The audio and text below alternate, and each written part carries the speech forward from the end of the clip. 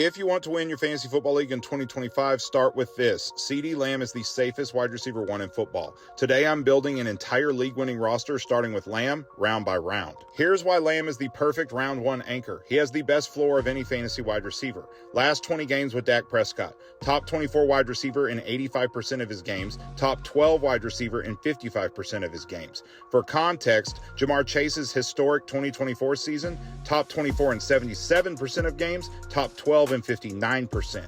And here's the kicker. In 2024, Lamb played 8 games without Dak, missed 2 games entirely, and still finished as a top 10 wide receiver. That's floor-proof production. If you get him at pick 3 or later, it's a steal. We start with CeeDee Lamb in round 1. He's your hero wide receiver, the rock of your roster, so we're free to attack value in the next rounds. In round 2, we're loading up on top 10 running backs across the board. Derrick Henry, Devon Achane, Ashton Genty, Christian McCaffrey, Bucky Irving, Josh Jacobs. Every single one has running back 1 overall upside. Paired with Lamb, you now have an elite wide receiver floor and a potential running back 1 hammer. Round 3, it's time for running back insurance and some dark horses to finish as running back 1 overall. Jonathan Taylor, Kyron Williams, Chase Brown, Breece Hall. By this point, you probably have the best running back duo in your league, with CeeDee Lamb still giving you wide receiver 1 safety every single week. Rounds 4 and 5 are positional priority rounds. You're locking in a high-end tight end and quarterback before the drop-off hits. Tight end targets are George Kittle, TJ Hawkinson, and Sam Laporta.